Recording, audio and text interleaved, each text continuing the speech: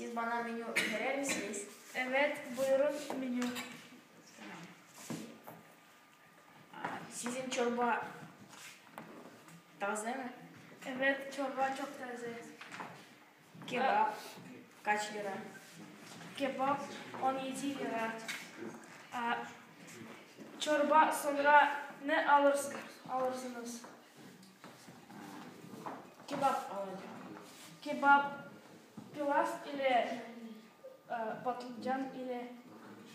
Pilav ile. Evet. Tamam. İçecek ne alırsınız? İçecek ne alırsınız? Ayran kafe. Evet, ayran, limon ile. Tamam. Kaç lira oldu? Bir saniye. 17 lira. Tamam.